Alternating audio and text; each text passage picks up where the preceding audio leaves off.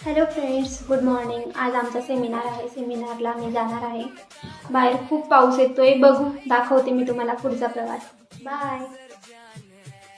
आणि फायनली आम्ही इथे पोहोचलो. इथे आल्यावर आमचे स्वागत खूप छान पद्धतीने केलं आणि आमच्यासाठी मस्त सिटिंग अरेंजमेंटसुद्धा केली होती.